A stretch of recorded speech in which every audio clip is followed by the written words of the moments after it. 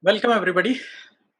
Today evening we'll talk on filters, lens filters, camera filters they call it, or lens filters. So this is going to be a very basic guide, beginner's guide, but I'm going to cover quite a lot of advanced topics also because a lot of questions came which wanted me to cover both basic as well as advanced topics. Lens filters are sort of essential for creative photography. So a lot of people know about one basic filter, which every camera seller really sells you, the UV filter. I'm not going to talk much about it, except that it's useless. So my basic idea is 5 to 6 essential useful filters and how creatively you can use those filters and get your work done. So let's go into the first set of filters.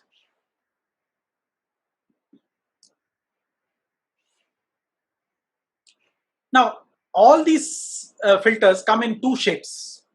There is either a circular filter or a square filter. Now, the circular filter is the most common one, and most of the time, everybody really goes into this circular filter first. And then he realizes that it's better to go for square filters, and then he sells those circular filters, and then he buys a square filter. So my basic idea today is to make sure that you don't buy these filters again and again and sell them and then lose quite a lot of money, because most of these filters are quite expensive, and you might as well go for the best filters straight away in the first attempt itself. There are a lot of companies and there is a lot of misinformation in the net basically talking about these filters, and there are a lot of people who are sponsored by these filter companies to talk good about those filters. I have tried quite a vast variety of filters, and I know few of them are good, few of them are mediocre, and few of them are extremely bad. So I'm not going to cover the bad ones. I'll just tell you about them. So let's talk about circular filters. So when you go into circular filters, this basically gets screwed directly into the front of the lens. Now, the front of the lens has got a screw diameter. It depends on the lens's front element, and it can vary from 35 mm to about say 85, 80, some of them are even at 90 mm.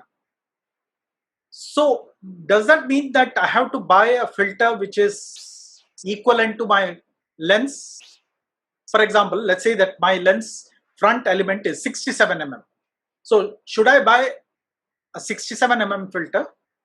Then I have another lens which is about 72 mm, and I have another lens which is 85 mm.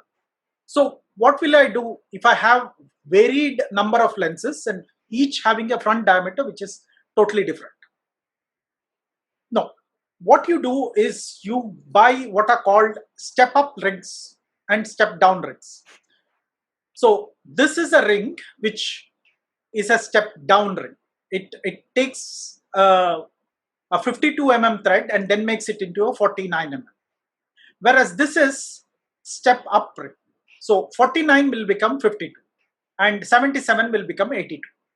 Now this is the common set of step up rings, and you buy the biggest filter you can afford. So let's say that you have one lens which is 52 mm, then another lens which is 67 mm, and a third lens which is 82 mm. I'll give you an example. For example, 1635 f2.8 in Canon is 82 mm front thread, whereas 24 to 70 is a 72 mm. And if you go into 50 mm 1.8, it's around 52 mm. So each one of them have got a different front thread. So what you do is you add this ring to the front thread, then keep on adding till you get 82 mm, and then you add your 82 mm filter. So that way you can use you don't need this set. This is for the other way around. Like if you have a larger diameter and you put a smaller diameter filter, but that won't work, because what happens is there is what's called a vignetting. There'll be an area of darkness at the edge. So this is not for normal purposes. This is for combining few different elements. But what we really need is what is called a step-up ring. So this ring goes on the lens, and then the filter goes on top of it. And since the filter is larger in size than the lens's front diameter, you don't get a vignetting. It's like adding a front lens hood. The lens hood is really bigger than the lens front diameter.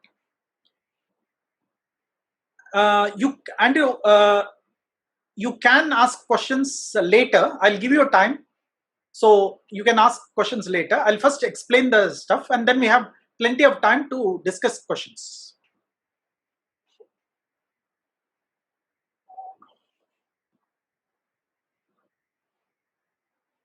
You can always use chat to ask questions while I'm talking. So if you have any doubt, if you have any questions, you can just write it in chat, and I have my co-host moderating it. So in case if there is anything, he'll inform me. Now coming to the next question, next type of filter, that is a square filter. Now square filters look odd because circular filters are very simple. You just thread it in and you can thread it out. But why do you need a square filter? I'll explain that when we talk about ND filters and why we need square filters. But meanwhile, let me show you the square filter. The square filter basically is a system. It's not just a single filter. So you need a holder, you need an adapter, you need also a step up and step down ring to connect it to your rounded lens front. So using all that is a system as such. So you buy a holder first, then you buy lenses diameter to this holder connector. Now usually the holders come in two sizes. This is a 100 mm size. There is also 150 mm, which is the largest size. So let's say that your lens is 77 mm. Then you need a connector which connects basically 77 mm to 100 mm filter. So that's all the whole system. So if you open it out, this is how it is. So you have the lens front, then you have a sort of a step up ring, which basically connects the circular front end of the lens to the back end of the square filter, and then you can add a polarizing filter there, and also you can slip in these elements which are either square or rectangle. Now this is how you stack several filters. So these square filters usually have slots, multiple slots will be there. So you can add one filter. On top of that, you can add another filter. You can add a polarizing filter. So you can add multiple filters stacked one on top of them, and that gives you extra features. Once we go into what is called a neutral density, I can explain all these terminologies and tell you what it is. But before that, let's go into a filter which is very, very essential for most creative photographers. That is a circular polarizing filter. Now, here is a demonstration of how that circular polarizing filter basically works in front of a LCD screen. So LCDs always emit a polarized light. Normal sunlight is not a polarized light. It contains multiple lights at multiple angles, and what the circular polarizer does is it cuts a light in every angle and leaves only one angle of light entering into the sensor. So in this case, the LCD is typically at 45-degree angle.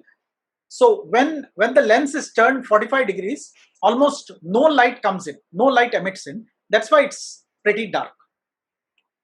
Now, I'll give you another example here. See, this works only allowing a polarized light into the camera. So that means the light travels only in one direction. So all the light which is traveling in all other directions are lost. Now this gives you quite a lot of advantage. That means the reflections, I'll show you the example later, but reflections are light sources which come in multiple directions. So they are bouncing together in multiple direction. When you are cutting all that direction and allowing only the light to come in one direction, you are reducing the reflection. For example, you are shooting a water surface of water, then what happens is, normally when you take a photograph of a water, and let's say that there are fishes floating, swimming inside the water, you won't be able to get the fish. You will be only getting the top of the water and the reflection. So using polarizing filter, you can cut down that reflection. You can also increase the saturation. So a saturation of the color basically depends on these light which comes in a single type of direction. So when you rotate this circular polarizing filter in front of the lens, that is when you get a point where the whole saturation increases. Now this saturation increase as well as the reflection changes cannot be done in Photoshop easily. It can be done, but it looks fake. But if you're really able to do it in camera, in the field, then it's fantastic. Now the third part, the clouds. So when there is a mixture of bright sky and a cloud, and you want to make that cloud stand out, it's basically using the same feature as the saturation. You get a much better cloud and sky picture using a circular polarizing filter. So it's a must-have filter for any landscape photography. Let me show you the picture. See, this is a pond with lily leaves. So on the left-hand side, what you are seeing is a reflection, and that reflection is totally gone when you turn the polarizing filter to a particular angle. It's not specific. You keep on rotating and look through the viewfinder, you will see this particular results through the viewfinder itself. So it's fantastic. But there is one caveat about this. The polarizing filter really works well when the light is side lit. So early mornings or late evenings, you get a better polarizing effect than mid noon. So if you are taking some photograph in the mid afternoon, you may not be getting this clear cut example. You will get results, but you won't get that fantastic absence of reflection. For that you have to wait for the light which is side lit. So either in the morning hours or in the late evening hours. So that's the time when you can totally cut the reflection and you get a clear water pictures. I know you will have questions, so please ask them in the chat. So later we'll go through the chat and then I'll answer these doubts. Now let's go to the second filters, which are pretty useful. ND filters is a short term which is used to call them, but the longer name is neutral density filter. What this does is, it basically blocks light. And why is it called neutral density? It doesn't alter the color of the picture. It just cuts the light. The luminosity part of the light is cut, but color part is not changed. So what you get is an extra duration of shutter speed. It can be both shutter speed as well as aperture, but basically what we want is to extend the shutter speed. Why do we want to extend the shutter speed? To get a blurred effect, which is not possible in a bright sunlight. Now, it comes with several strengths, and the strengths are numbered. So it's called ND2 to ND. This is not 10,000, 100,000, 1 lakh. So that's the largest ND filter you can get. This is about 16 1/3 stops. That's an ND filter what you can get. This is used for solar, as a solar filter. A solar eclipse you want to take, you need filters of this size. Whereas ND2 filters are used in a common portrait type of situation. I'll explain you why people will use ND filters in portrait. Let's go to uh, ND filters. So here is one example of ND filter which is used. This is in Panjim, the church. I went in the evening, but even there was a lot of strong light, and there was a moon, and I wanted to capture the moon as well as the clouds moving. So used a 6-stop ND filter and took this long shutter speed photograph so that the cloud and the moon look, hazy and pretty nice. So waterfalls are one of the best way where you can explore this ND filters. So this is in mid-afternoon. This is Shiradi Ghat. I had finished a workshop in Bangalore and was coming back. So this is a rainy season. So halfway through Shiradi Ghat, I stopped my car, went to the edge of the ghat and saw one beautiful waterfall. Added my ND filter. This was again a 6-stop filter, which I used, and I could get a 10-second exposure in this, and this was too much because I just couldn't see the waterfall. So then I had to increase my ISO, and then I got this particular picture. So I want sometime, when you try to think, okay, 10 stops gives you fantastic results. No, 10 stops will give you absolutely no flow at all. This becomes totally something like this. This is a sea. Our Arabian Sea is pretty violent in Bangalore. If you ever come here, don't go to swim. You'll probably get drowned. So the waves are quite bad. But when you take them at about 15 seconds, this is how calm and tranquil the sea will look. This is 15-second exposure, and this was somewhere at about 5 o'clock in the evening. So to get that, you need one 10-stop filter and probably another 6-stop filter, which are added together. So with that, I could get a result something like this. So very tranquil pictures. This is again using a ND filter. This is from Kudremukh, a national park. Some of the small rivulet which turns into a waterfall during rainy season. This is again a similar view. This is from Charmadi. Now, these ND filters come with different strengths, and there's a very confusing terminology they use. So I tried to simplify it. So when there is one f-stop reduction, this is cutting the light into half. So let's say that you are in f8 and you want to go into f11. That is one stop.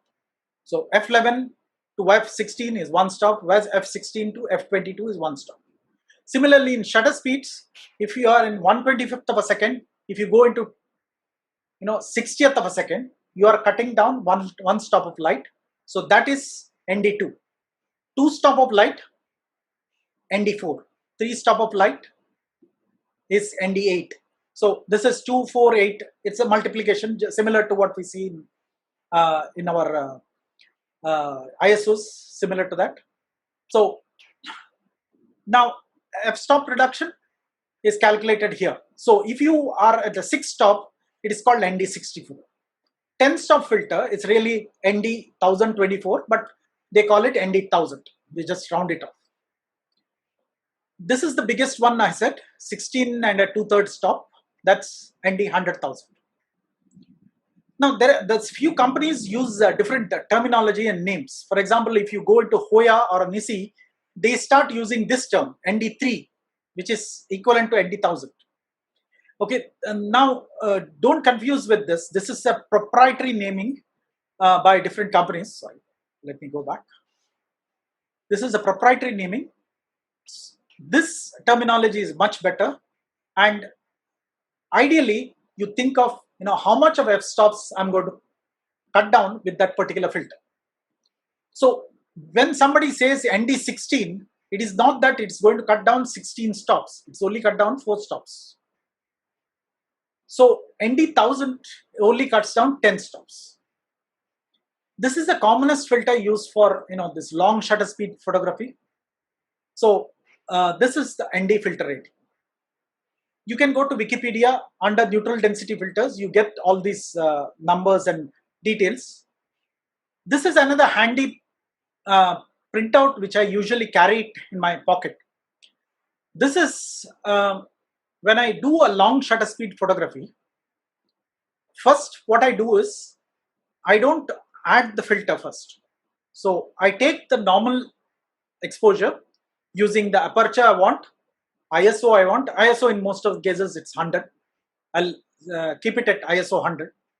Shutter speed I calculate depending on the light, and then aperture I calculate depending on the depth of field. So most of the time I keep it at about aperture of f11. I don't go into f14, f16, f22 because diffraction is another element which comes in. So don't go for diffraction type of apertures. So keep it at about f11, which gives you a sharpest aperture as well as best depth of field. Then what you do is you calculate the shutter speed. Now the meter in your camera itself will tell you what is the shutter speed required. Now I have this the whole chart made it into two calculations. This is for low light and this is for the good light. So if in a good light, if my camera says 1 by 1/25th of a second, when I add a filter of this particular density, what will be the shutter speed I get? So this is a handy chart which initially I used to carry it as a paper. Now I put it on a mobile phone. So let's say that 10 stop filter. This is the 10 stop ND 1000. That is a 10 stop filter. So let's say that my camera first time gives f11 ISO 100 1 by 1/25th of a second exposure. This is the normal light what you get in the evening at say 4 o'clock or 5 o'clock. If I add a 10 stop filter, then my shutter speed will be 8 seconds. The shutter speed for a particular good aperture, good exposure will be 8 seconds. If my shutter speed was initially 1 second, okay, this happens somewhere after sunset, when you go say about 7 o'clock at that particular point, not 7 o'clock, it's 7 o'clock now because now the sunset is late. In normal, it's about 6:30, soon after the sun sets, the golden hour time. That's where you get about 1 second exposure to get a good result. Then if you put the same ND10 10 stop filter, you get something close to 16 minutes of shutter speed to get a good exposure. So this is the sort of extent of shutter speed what we can get using that one single filter. So by changing your shutter speed to whatever you want, or changing your ND filter to whatever you want, you can get how much of long exposure photograph you want. So let's say that you want only half a second, 1 minute exposure, and your actual meter shows 1 second exposure. Then you need ND6 filter. Because if you put ND10 filter, it will give you 16 minutes of exposure. Until then, your picture will not appear well exposed. So this calculation, it requires some amount of calculation and trial and error. And once you do it, then you realize, okay, this is where I went wrong. But that's the calculation what you do. There are good ND filter calculators available now. You have Android apps as well as apps in iOS where you put your existing exposure, you put all the values. You can put your aperture value, your ISO value, your shutter speed value, and then you also can put your ND filter value. And then it will give you what should be the required amount of shutter speed you have to calculate. Now you might say that I have a meter inside my camera. Doesn't that meter calculate what is needed? Now this is where the circular polarizer as well as circular neutral density filter as well as the square neutral density filter comes in. What happens is your camera meter is not really equipped to calculate such a long shutter speed. It can do for shortest shutter speeds up to about say 30 seconds. Beyond 30 seconds, it cannot do. And especially when you put this ND filter in front of the lens, everything goes dark as far as the metering system is concerned, and it gets confused, so it won't give you an accurate meter. This is point number one. The second thing is your focus. Now let's say that you have focus to infinity, or you have focus to a particular point in the foreground where you want a particular element in the foreground, and you want your sky to really go blur. You want your water to go blurry because you are shooting a long shutter speed.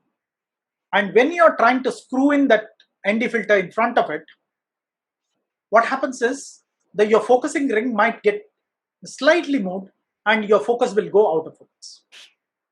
This is one. Once you screw in the filter, it is impossible for you to see because everything becomes dark in your viewfinder and you won't be able to focus. So this is the biggest drawback of a circular polarizing, circular ND filters. Circular polarizing is yes, fine, but circular ND filters are really problematic.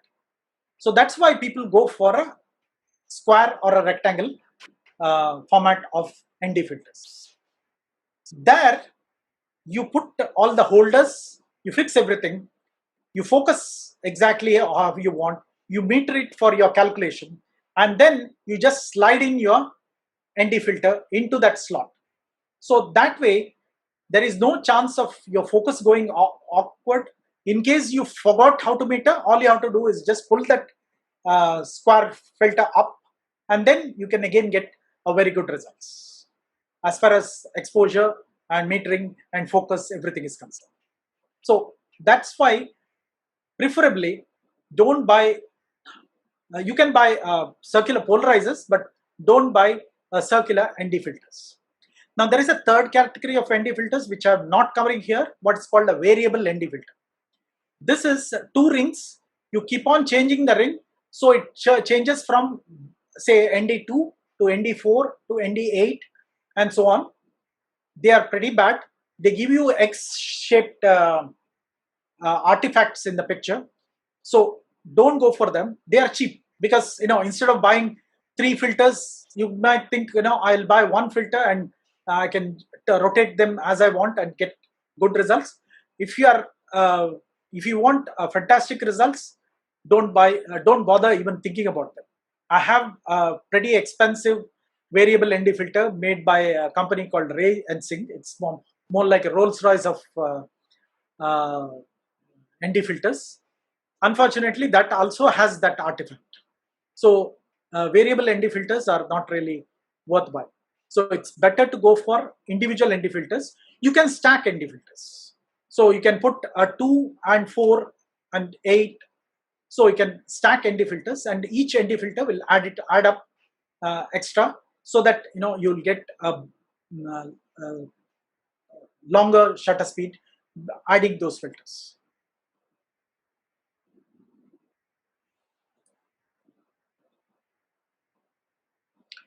So let me go into few other uses of ND filters. One is basically it can be used in portrait photography.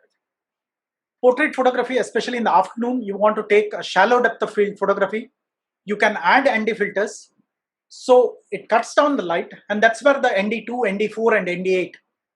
This is 2 is 1 stop, 4 is 2 stop, 8 is 3 stop. So ND2, ND4, and ND8 filters really come out as a portrait filter. So I won't go in detail. There is what's called a high-speed sync flash photography. If you don't want to go into high-speed sync, and you want to cut down the light totally, you can use these ND filters. If you have any questions regarding this, I'll answer it later in the questions. But think these are not good for landscape photography because they don't dramatically change anything. So if you are interested in landscape photography, then you go for 2 filters. Either buy a ND6 or ND10. You can combine both of them, so it becomes 10 plus 16. You can also, if you don't want to invest on ND10, you can invest in ND3 and ND6. Sorry, ND8 and ND6.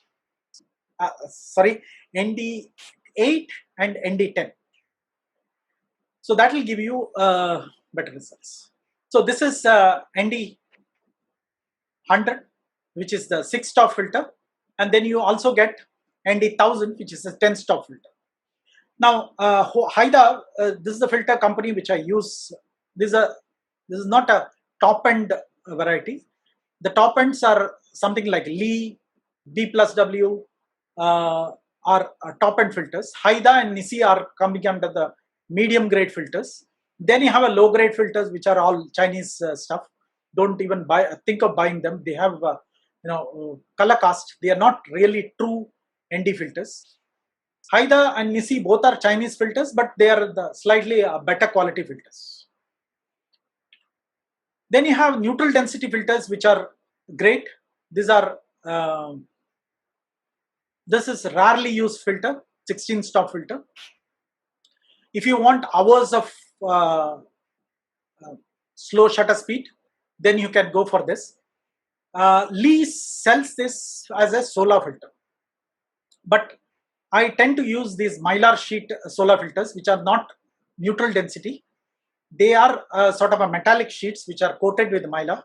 So they are the ones which are better for the solar eclipse and all. We are using this sort of filters. These are not ND filters. These are exclusively solar filters. They are only meant for shooting sun, nothing else.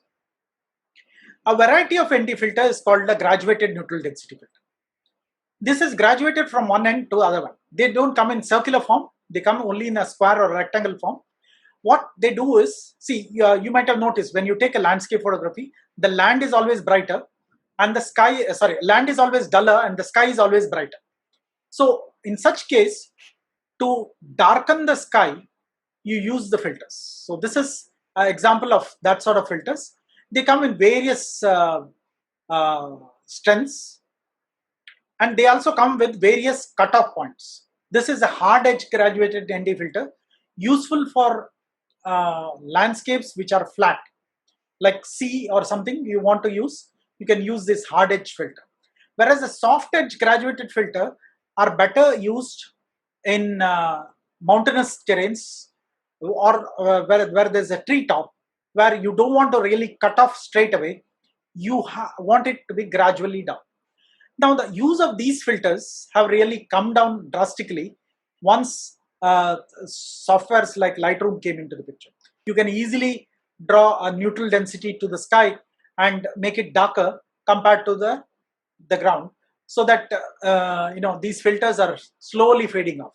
So it's either a pure neutral density filter, but once upon a time, like in the film days, we used to use this quite often, because doing that particular darkening and lighting was difficult in post-processing.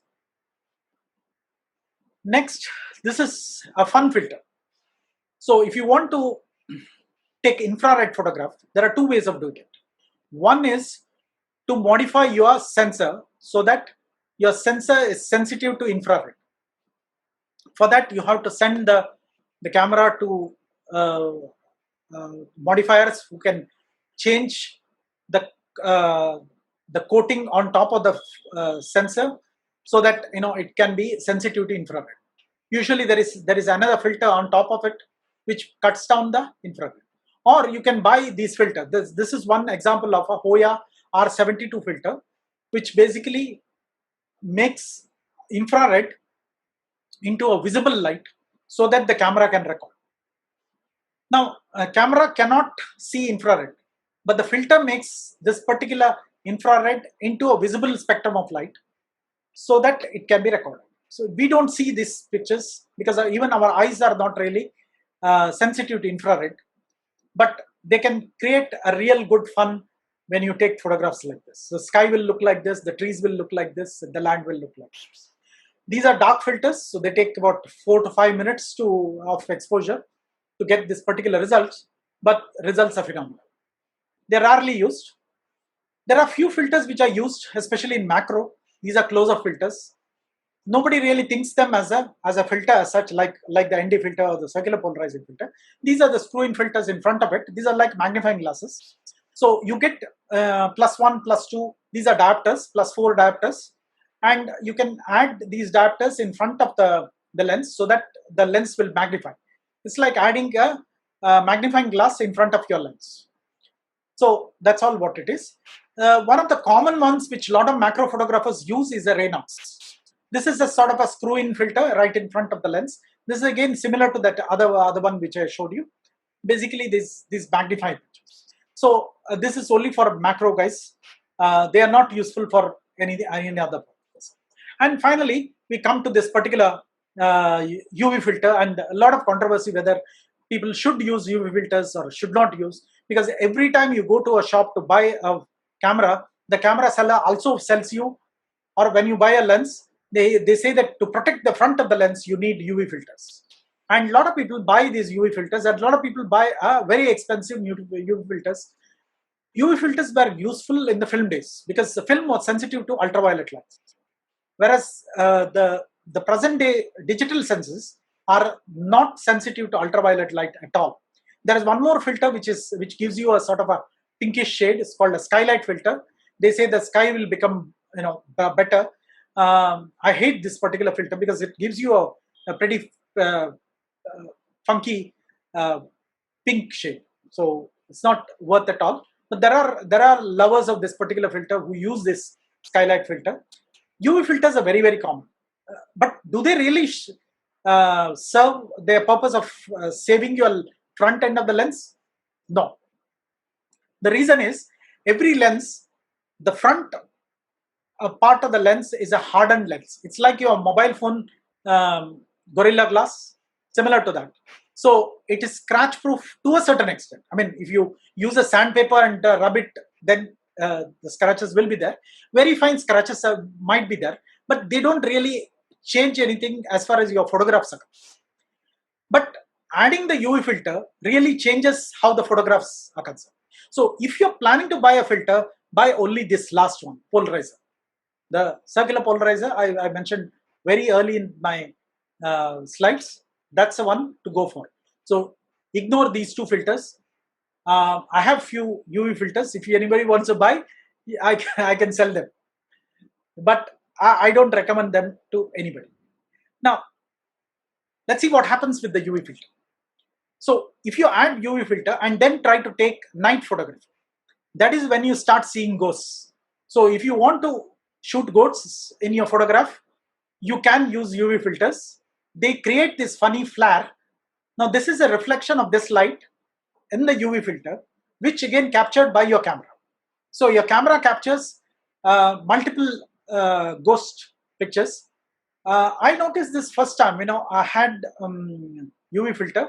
Again, I was also as gullible as most of you right at the beginning part of my photography career.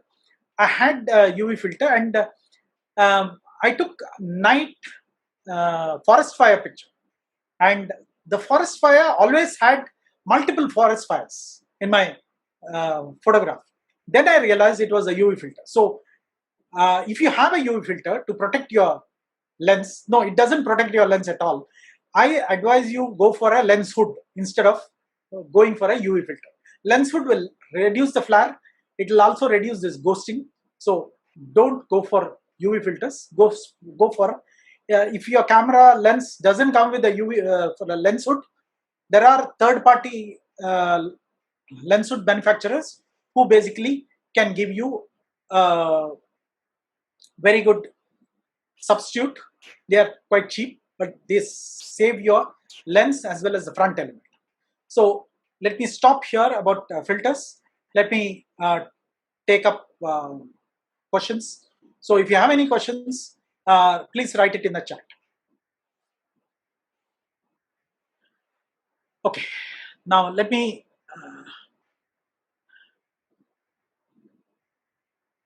take one of the questions. Okay.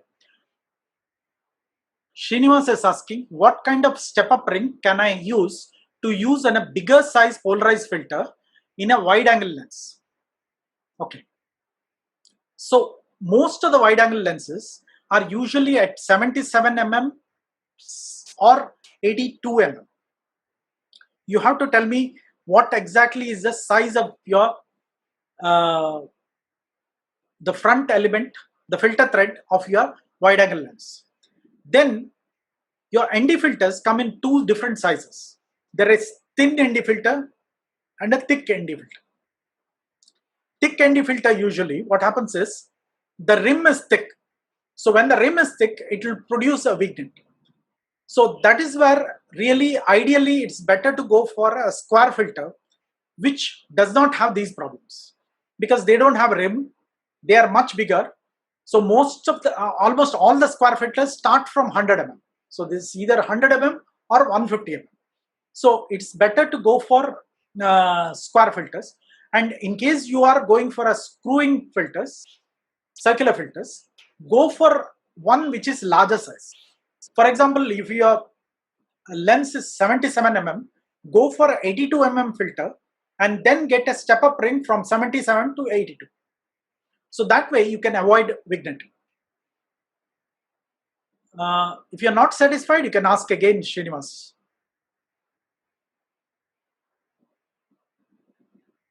Okay, Ravi Shankar is asking, in a circular ND filter, on exposing correctly, we can focus again, right? ND filter, you can focus again, definitely. But circular ND filter is, once you screw in again, it is cutting down light. So how you are going to focus it? Because you won't be able to see it from the viewfinder at all. And with that, especially if you have a 10-stop filter, it's pitch dark outside. Your viewfinder, you won't be able to see it. You can do it using your live view, but there is a problem, because what live view does is it increases the ISO temporarily so that you can see the image and then try to focus it. So my advice is focus first and make sure that your focus stays exactly same, and then screw in your ND filters very slowly so that not to disturb the focus.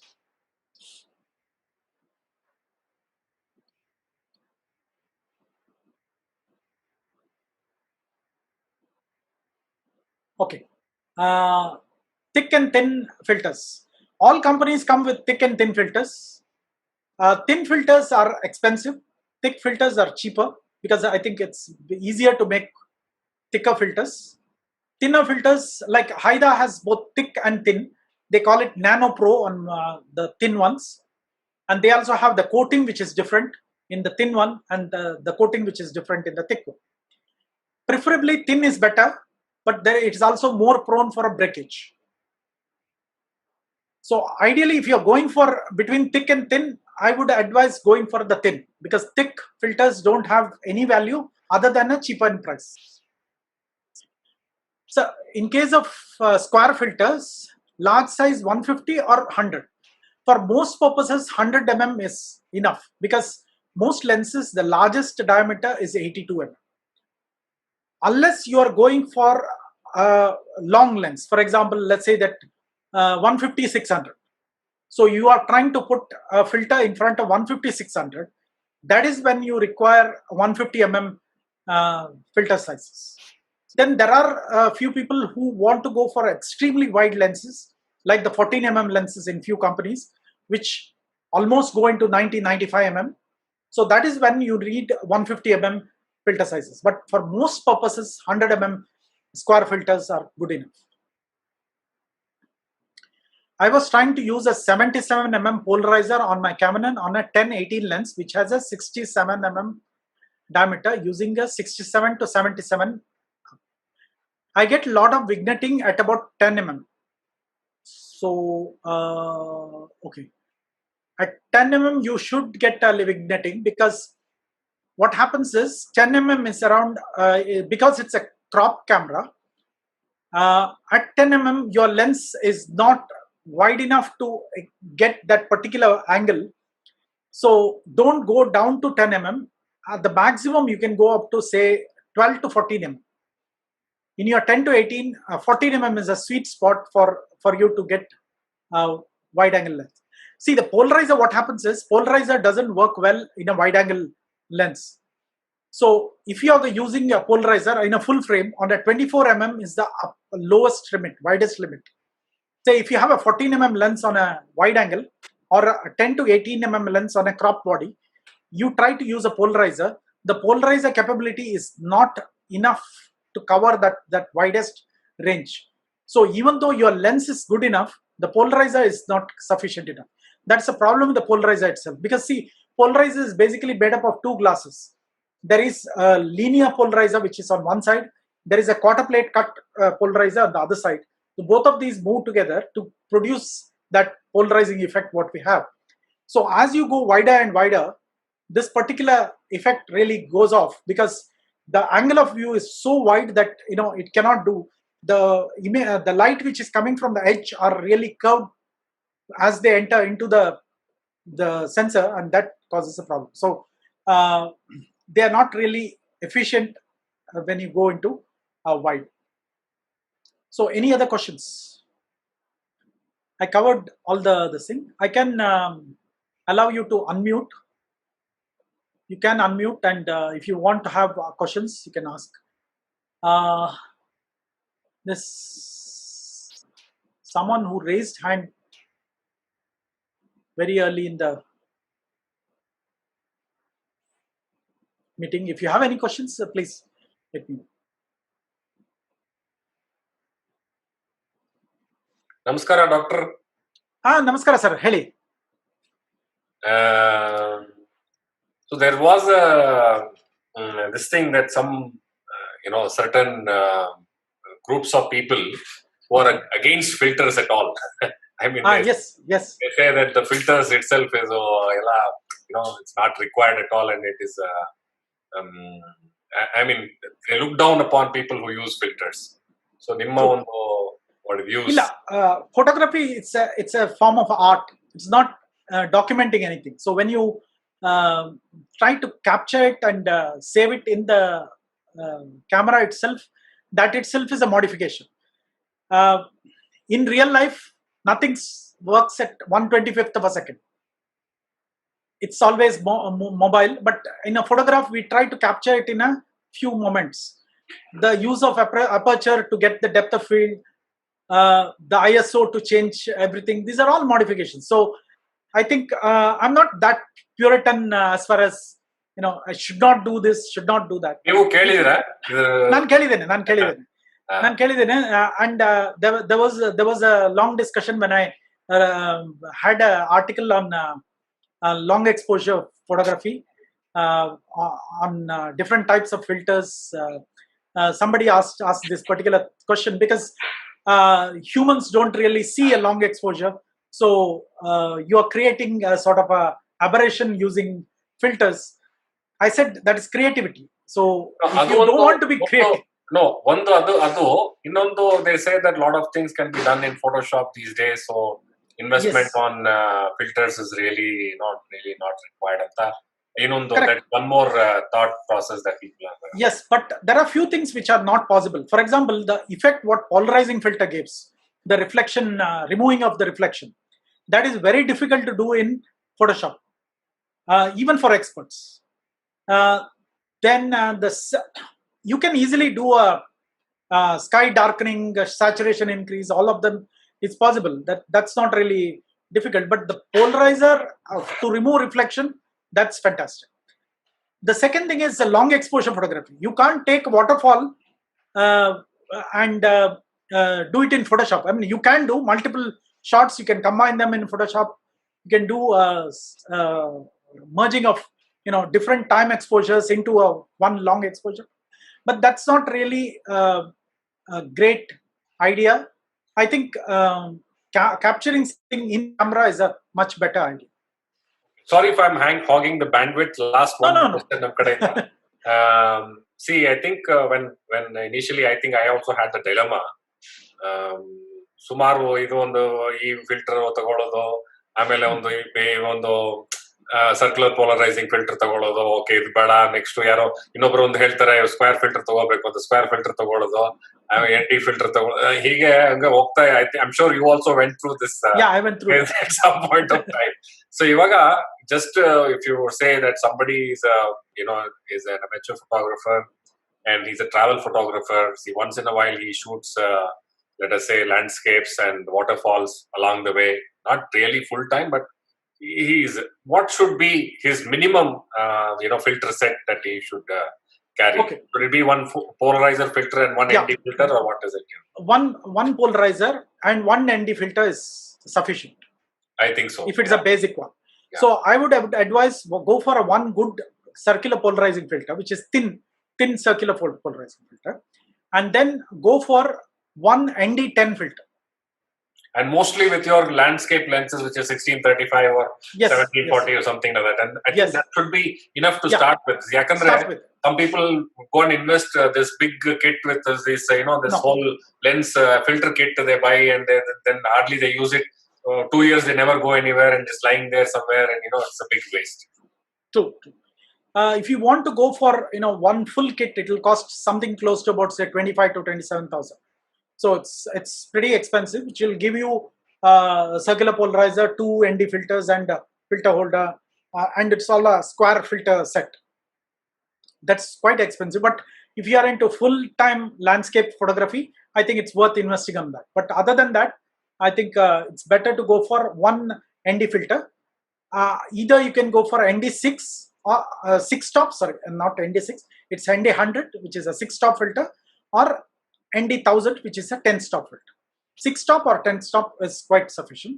You add polarizer, again you end up in another 1.5 stop down. So you can use that particular thing if you are an occasional landscape photographer. And go for a good quality filter instead of struggling with those cheap Amazon Chinese clones. Thank you, Doctor. Welcome. Yeah, there are 2 questions. Sahaya is asking, I have a Haida filter holder which is 150 series.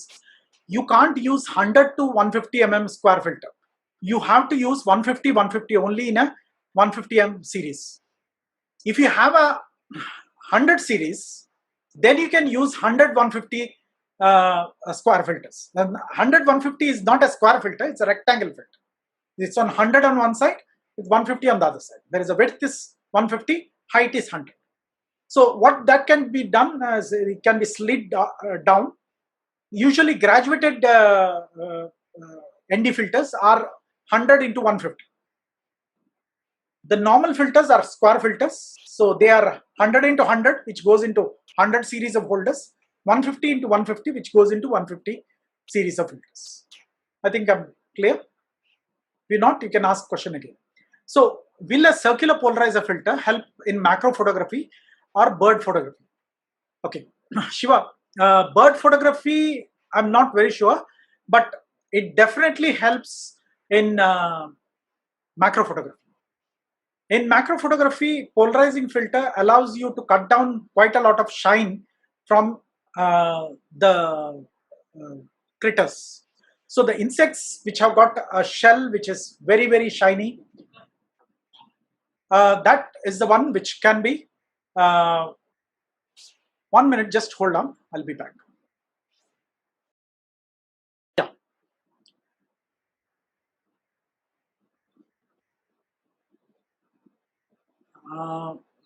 So for macro, it definitely helps. Bird photography, I'm not very sure about it. I don't think it will help because polarizer is so far off, and I think if you have a close-up of birds where you want to have feather shines, I think that's where it might help. Is polarizer useful in macro photography? Yes. It won't be useful to cut off flash, but what you can do is, it can cut off the reflections on the shell of the insects. So that's where it's useful. Thank you, Shankar. Hello, sir. I have one more question. Sure. See, basically, whenever we go on motorcycle rides, if one of us is in a car Okay, so what we do is we take photo of the motorcycles night ride. I'm talking specifically night 12 of midnight ride. So Okay. where light is very, very dim on the highway, there's no street lights also. So when we take that, of course, we set the high ISO everything. But when the wind is, it's too windy, it's difficult to take a photo. So we close the window, obviously, or even from the front windshield. So obviously there'll be a big glare which everybody hates. Okay, we don't want a glare. Okay. But then that is where the one of the suggestions what I got was use a polarizing filter that time. That filter Okay. cuts the glare even at night. But then if it cuts off this 1.5 stops or something, so in dim light in a polarizing filter, glare is gone, reflection is gone, which is good. The ghost, what you said, something like that. But light is also cut off. So what is the balancing factor? What do you suggest? No, I don't think really that glare can be cut off using a polarizing filter. You can only reduce it to a certain extent, but it won't be able to, you won't be able to cut off it. So if you really want to remove the glare, what you need is a sort of a snoot-like structure. So I think there was a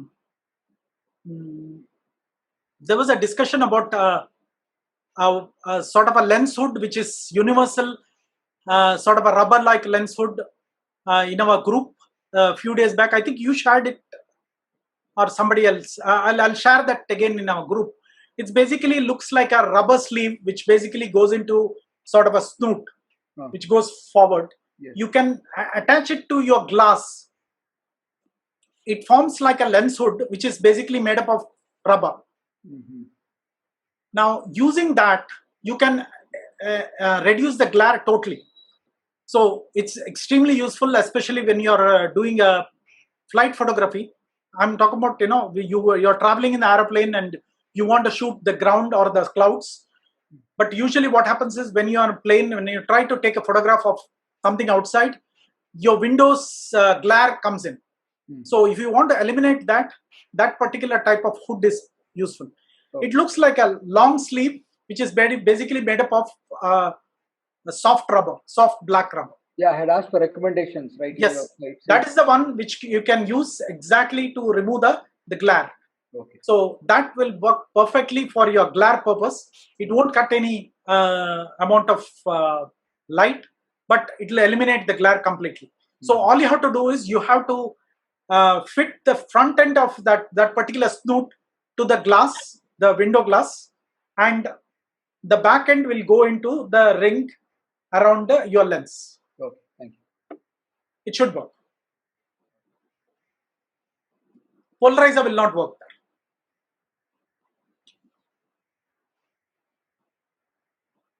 Yes. Any other questions? Sir, Shiva here. Yeah, tell me, Shiva.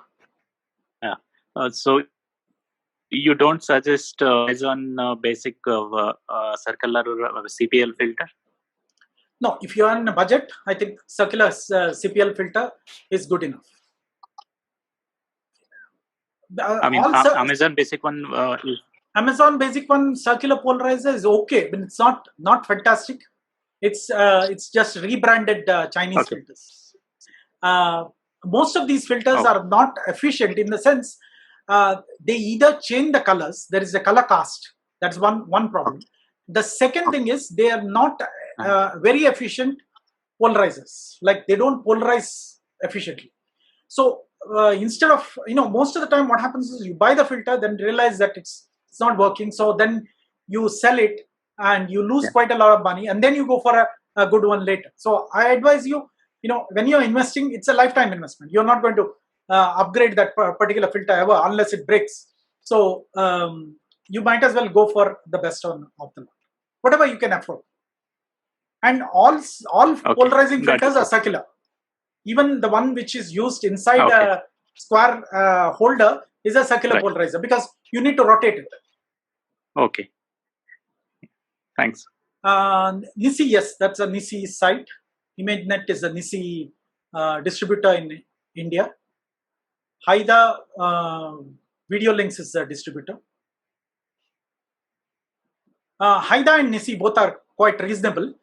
Those are the ones which to go for if you want a circular or a square filters.